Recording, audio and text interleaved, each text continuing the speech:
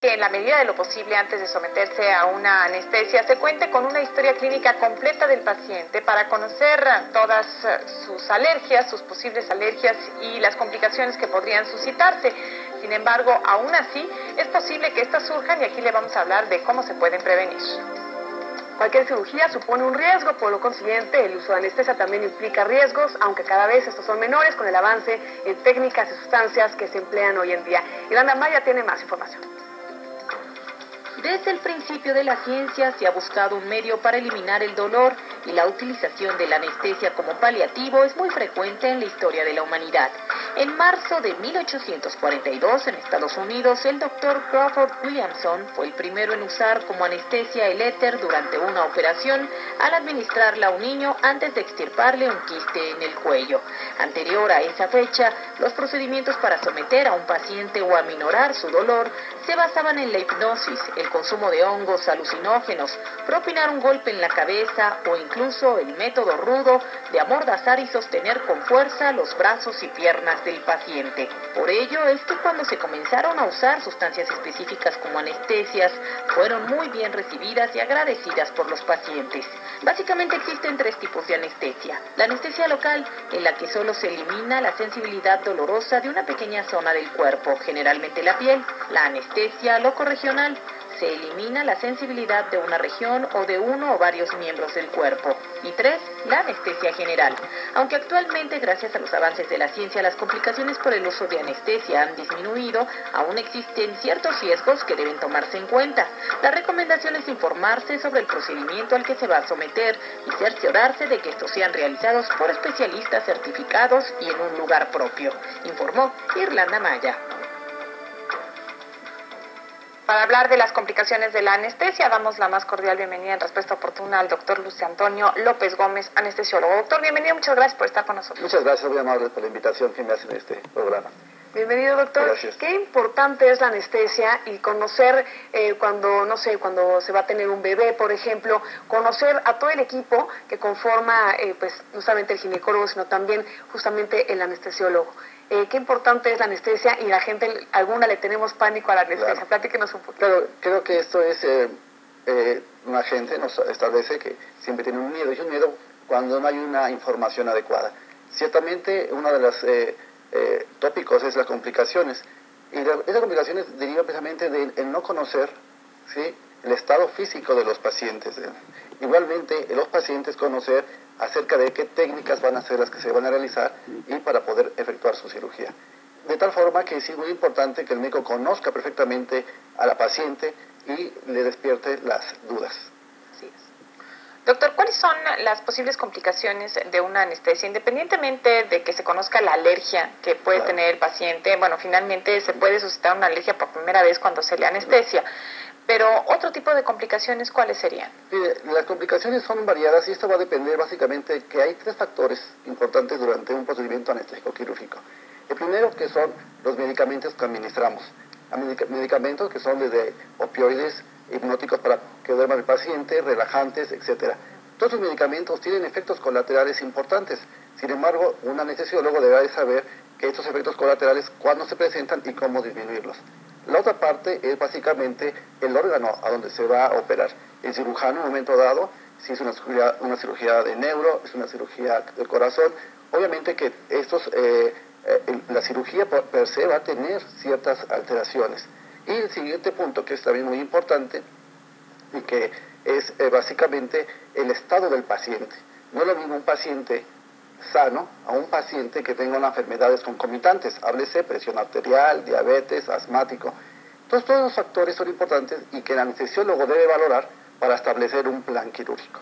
De tal forma que la plática con el cirujano, con la paciente, de estos antecedentes que tengan, es importante para poder llevar a cabo una cirugía bien y saber los efectos colaterales de estos medicamentos que nosotros vamos a administrarlos de acuerdo a las dosificaciones e ir titulando. Actualmente hay tecnologías muy adecuadas que han evolucionado y que nos han permitido tener más seguridad en los pacientes. Tecnologías como por ejemplo, lo que es el índice espectral, por ejemplo, que es el electroencefalograma traído al quirófano. De tal forma que podemos abrir nosotros a ver la profundidad anestésica del paciente y evitar aquellos problemas que los pacientes referían que decían se le pasó la anestesia. No, estamos titulando el estado hipnótico.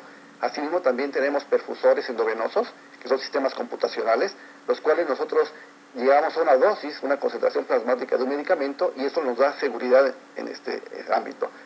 El ejemplo también importante, por ejemplo, esa espirometría que es la evaluación pulmonar, la hemos llevado, los ingenieros biomédicos nos han llevado al quirófano.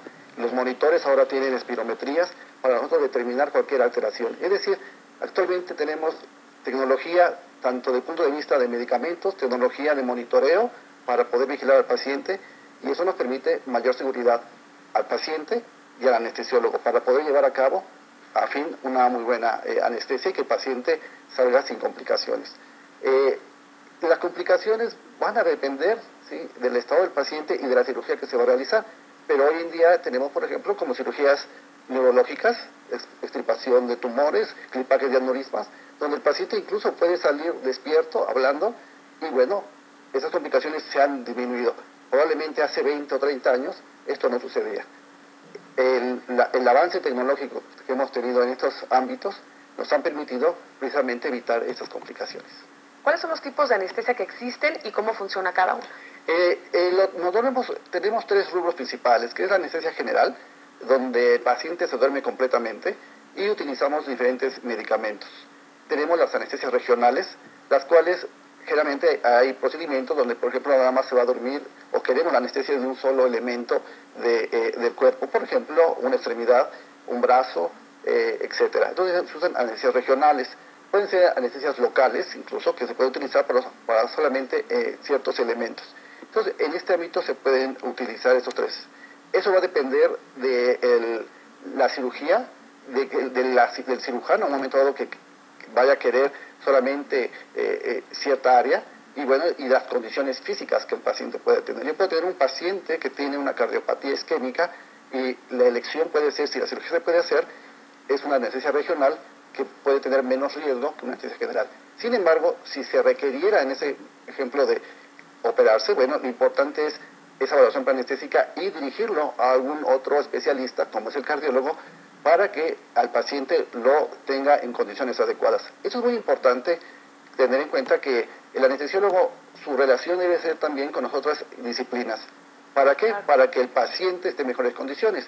Si a mí me llega un paciente que tiene un problema pulmonar, ¿sí?, y que yo voy a abordar la vía aérea y voy a tener problemas pulmonares, tengo que llevarlo al especialista, el neumólogo, para que lo ponga en condiciones adecuadas, le dé un tratamiento adecuado y de tal forma que no haya repercusiones y que yo no tenga problemas. Y de tal forma que así podemos abordar a nuestro paciente en estas 2 áreas. Claro. Nos envían por Twitter una pregunta. Sergio Benítez dice: me anestesiaron, me hicieron una anestesia regional por cirugía de hernia y me sentía muy mareado hasta después de 2 días cuando yo me sentaba. ¿Por qué? Sí, esto es importante. Los efectos que se realizan en los medicamentos, cuando ponemos un bloqueo, por ejemplo, son muchas veces, hay un bloqueo simpático, que digamos, baja la presión, hay que hidratar al paciente, y bueno, son efectos esperados. Muchas veces esos efectos también pueden ser porque los pacientes, no todos los pacientes actúan o responden de una misma forma. Inclusive, un paciente puede tener una anestesia, una técnica igual y no ser la misma respuesta de este paciente. Pueden ser cambios o pueden suscitarse que el paciente tenga alguna enfermedad previa, ¿sí?, y que a lo mejor en ese momento dado fue el procedimiento quirúrgico anestésico el elemento que está dando un pivote a alguna otra patología que tenga. Generalmente puede suceder en ese sentido. Claro. Tenemos otra pregunta del público. Dice: ¿la anestesia general provoca depresión después de unos días? No. Actualmente no conocemos. Sin embargo, recordemos que los anestésicos actúan a nivel cortical, a nivel sistema nervioso central, y bueno, muchas veces puede haber alguna respuesta que todavía no conozcamos. La anestesia como tal tiene efectos sobre todo un sistema activador reticular, sobre un sistema hipotalámico, donde inclusive hay respuestas endocrinas y puede manifestarse alguna alteración del tipo de depresión. Sin embargo, no lo tenemos contemplado todavía, no hay estudios que nos... No hay una relación directa. No hay una relación directa, hay relaciones más del tipo... Eso puede padecer una parte conductual, una parte patológica desde el punto de vista mental. Sería cuestión de abordarlo y hacerle una adecuada valoración con los especialistas y ver si podría causar esto. Pero hasta ahorita es raro que suceda. Actualmente tenemos medicamentos cuyos efectos son muy predecibles, efectos rápidamente que se eliminan y que no traen esos efectos colaterales que puedan manifestarse, que podría algunos medicamentos de hace muchos años que puedan causar estas causas, pero actualmente no hay una razón. Nayeli García dice que al momento de dar a luz le pusieron la raquia, que fue parto natural, y que desde el momento de su recuperación hasta ahora, cuando se agacha ya no se puede enderezar y es necesario que alguien le enderece. ¿Qué se puede hacer en estos casos? Muchas veces cuando se hace un bloqueo, en caso de anestesia ginecológica, queda un dolor de espalda, un dolor que pareciera muscular, que mejora con calor, pero que puede permanecer días, incluso semanas, y bueno, en este caso, pues no sabemos exactamente hace cuánto tiempo dio a luz la señora Nayeli García, pero pues asumimos que hace un tiempo. Sí, puede ser. Muchas veces, como le digo, la respuesta de los anestésicos es muy variable y puede haber algún efecto sobre alguna lesión neuronal o algún problema que cause parálisis que puedan ser permanentes o que puedan ir desapareciendo. Recordemos que esos medicamentos anestésicos tienen efectos y que muchas veces para un paciente puede tener más, agravarse y otros no tener efecto. Sí, a veces hay varios elementos anatómicos que nos pueden condicionar. Hay músculos, hay fibras. La manera de colocarla también podría ser que tenga este problema, señora, por la forma en la que se la pusieron. O puede ser que el paciente tenga una enfermedad concomitante y que no se había diagnosticado y que ese sea uno de los efectos. Generalmente cuando un anestesiólogo se ve, y por eso sirve mucho el interrogatorio, cuando el anestesiólogo interroga al paciente y el paciente le refiere ya ser más dirigida la exploración y la interrogatorio y dice, fíjese que yo tengo un problemita, a veces el anestesiólogo dice, ¿sabes qué? Prefiero no entrar en una anestesia regional precisamente por el peligro de que se pueda agravar o que pueda incidir en que esa causa sea el pivote de una enfermedad. A veces, por eso es muy importante nosotros hablar con el paciente y establecer.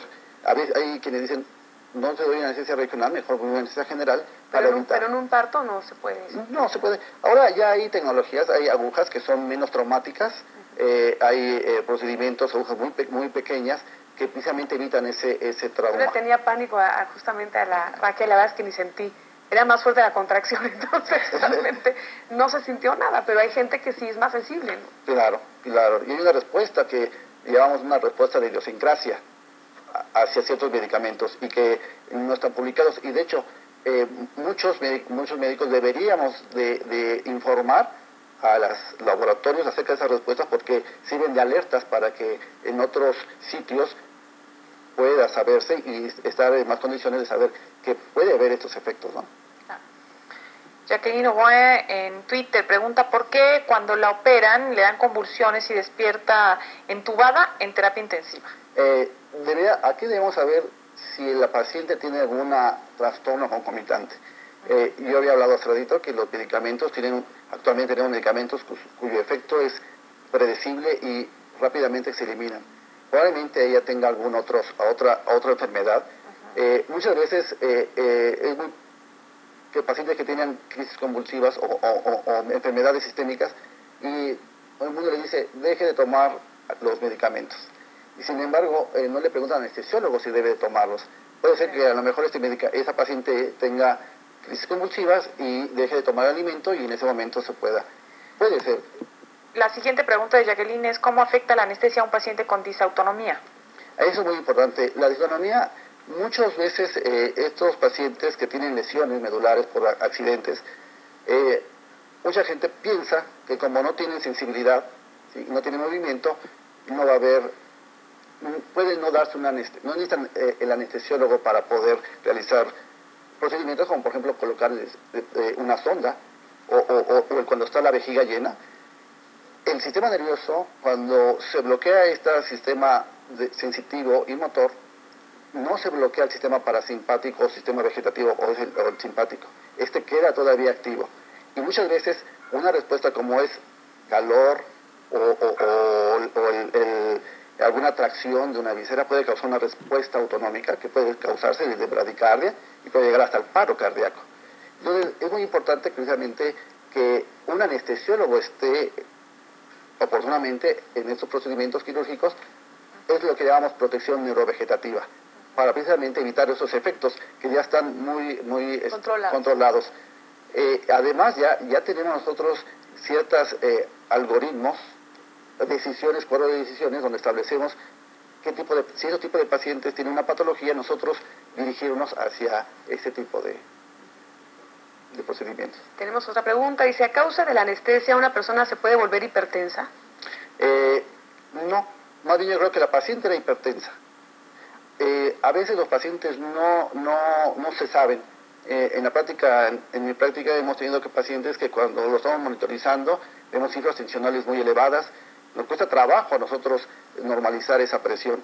Y nos cuesta trabajo porque no sabemos si el paciente es hipertenso. Una vez que terminamos la cirugía, a veces nosotros decimos al médico, ¿sabe qué? Acuda con su internista porque probablemente usted sea hipertenso. Entonces puede ser el momento en que se detecte el cuadro hipertensivo y no sea el efecto de la anestesia sobre la hipertensión. Al contrario, generalmente los medicamentos anestésicos bajan la presión y todo esto. Entonces nosotros lo que hacemos es regular esos elementos. Y es importante que un paciente hipertenso, un diabético, pacientes que tengan enfermedades concomitantes, sean siempre valorados por el anestesiólogo para disminuir esas complicaciones que puedan existir. Pues muchísimas gracias, doctor, por habernos acompañado con la respuesta oportuna. No, al contrario, muchas gracias. Muchas gracias. Sobre las complicaciones de la anestesia tenemos la respuesta digital con Mariela Escalante. Medciclopedia.com es la dirección de una de las mejores enciclopedias médicas en línea. No solo te enterarás de las noticias relacionadas con el mundo práctico y muy útil glosario de términos médicos divididos por especialidades como cardiología, infectología, neurología, oncología, entre muchas más. El apartado sobre anestesia despejará muchas de tus dudas alrededor del tema. No olvides consultar los artículos relacionados para encontrar más datos de tu interés.